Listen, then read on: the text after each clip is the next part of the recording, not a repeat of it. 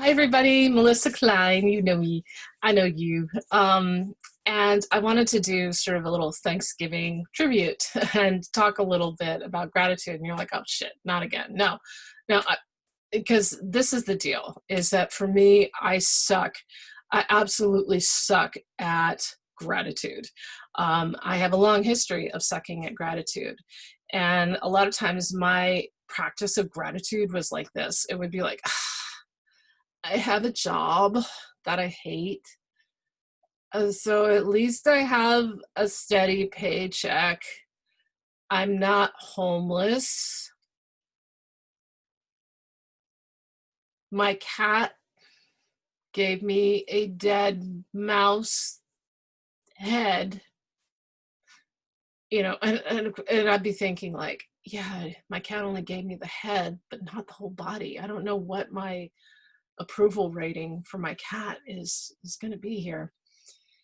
And so that was my gratitude practice. And yet, being sometimes a little bit of a self-help junkie, I'd read these articles that were like, practice gratitude, write 10 things in your journal every day.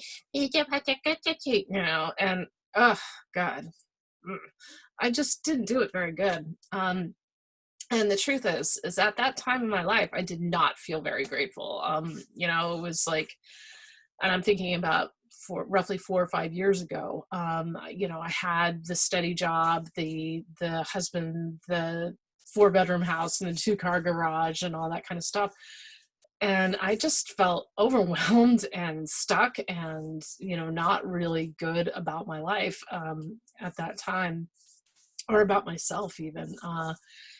And so over the course of the fast forward, 4 years later, there's been so much transformation and change. I've had to downsize significantly. I've moved twice.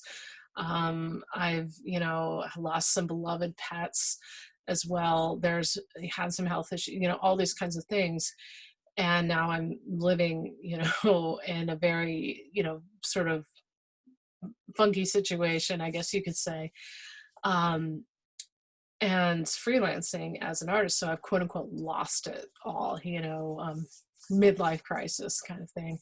And yeah, I do actually genuinely feel much more grateful than I ever did when I quote unquote had it all. And I think it's because I like what I do with my life now, that every day, like I'm doing something that I feel that is valuable and worthwhile with my life.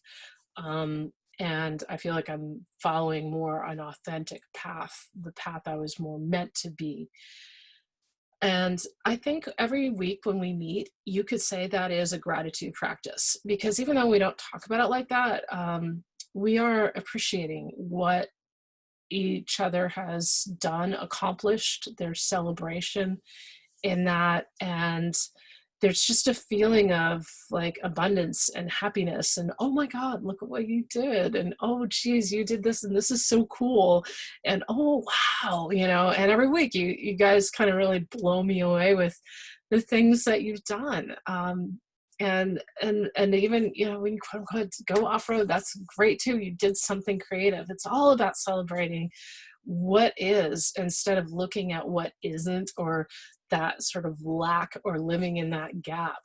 And that brings me to, you never know how something is going to impact somebody, how something small is going to make a difference to people. And so as I was getting ready for my, isolation Thanksgiving, and thinking about, all right, well, I'm going to make myself a nice meal, and what's that going to look like? And, and then when I thought about, well, what do I want for dessert?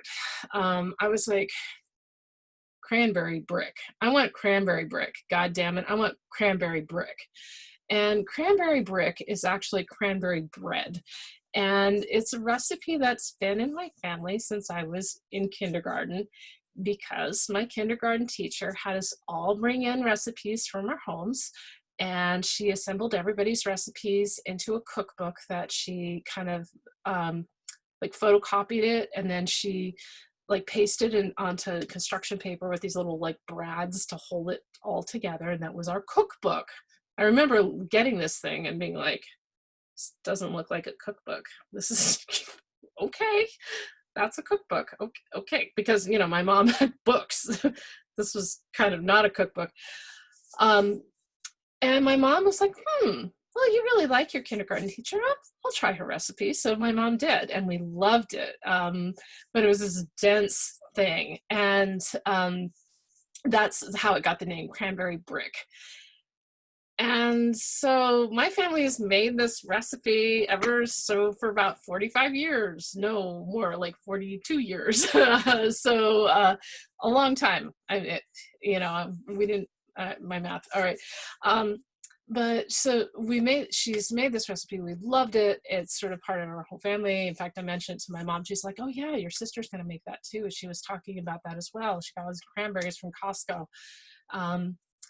And that got me thinking about it. And I thought, I saw on my mom's, my mom had rewritten it, and she had put my teacher's name, who I'd always remembered her as Mrs. Clayboard.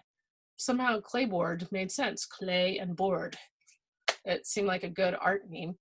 And, but I saw her real name is actually Pat Claiborne. And so I got onto Facebook, and I sent her an instant message, or who I think might be her. I'm not sure, and I have not heard back from her. I might be sitting in her spam folder permanently for all I know.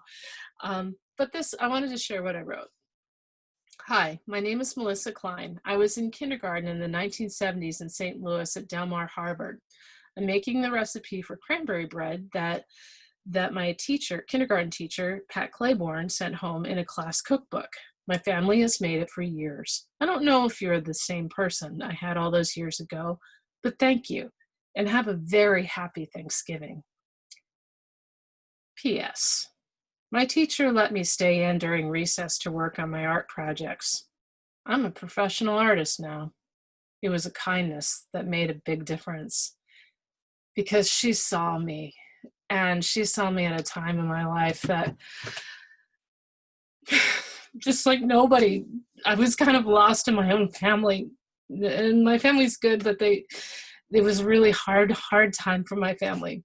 And she saw me.